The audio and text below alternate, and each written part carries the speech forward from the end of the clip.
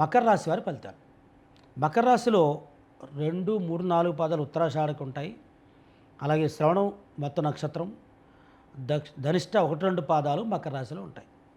ఈ సంవత్సరం ఆదాయం 2 ఉంది, ఖర్చు 8 ఉంది. రాజపూజ్యం 1, అవమానం 6. ఈ సంవత్సరం ఈ రాశి వాళ్ళకి మాట పౌరుషం వల్ల వచ్చేటటువంటి గొడవలే ఎక్కువ ఉంటాయి. ధన కుటుంబకారకుడు గురుడు 7వ స్థానంలో రాహుతో కలిసి ఉన్న మూలంగా భార్యాభర్తల మధ్య గొడవలు, చికాకులు ఈ మకర రాశి వాళ్ళకి ఎక్కువ ఉంటాయి.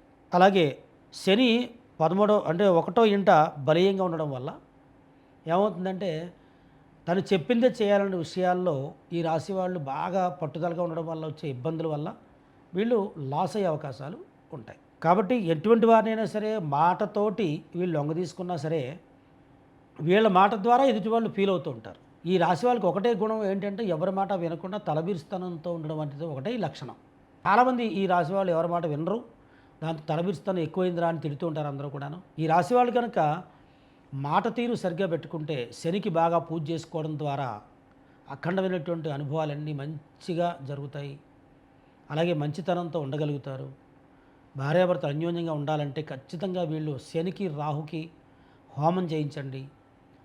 తర్వాత రవికి కూడా హోమం చేయించండి. అష్టమాధిపతి రవి కష్టాలు ఇచ్చే అవకాశం ఉంటుంది. శని, రవి, రాహు ఈ 3 గ్రహాలకి జపము, దానము, హోమము చేయించండి. తప్పకుండా ఈ రాశి వాళ్ళకి అన్ని రకాలుగాను బాగుంటుంది. ఉద్యోగస్తులకి రేపు వచ్చే జూలై తర్వాత ప్రమోషన్స్ వచ్చే అవకాశాలు ఉంటాయి. అలాగే స్థానభ్రష్టం జరిగే అవకాశం కూడా ఉంటుంది.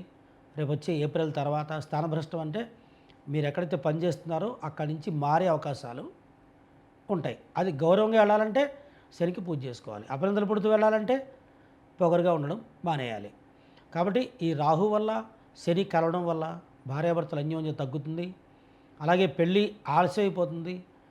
వచ్చే సంవత్సరం మార్చి దాకా వీళ్ళకి వివాహ ఆటంకాలు ఉంటాయి. కాబట్టి చెప్పిన రెమెడీ చేసుకోండి. సందేహం వస్తే కాల్ చేయండి. శుభం.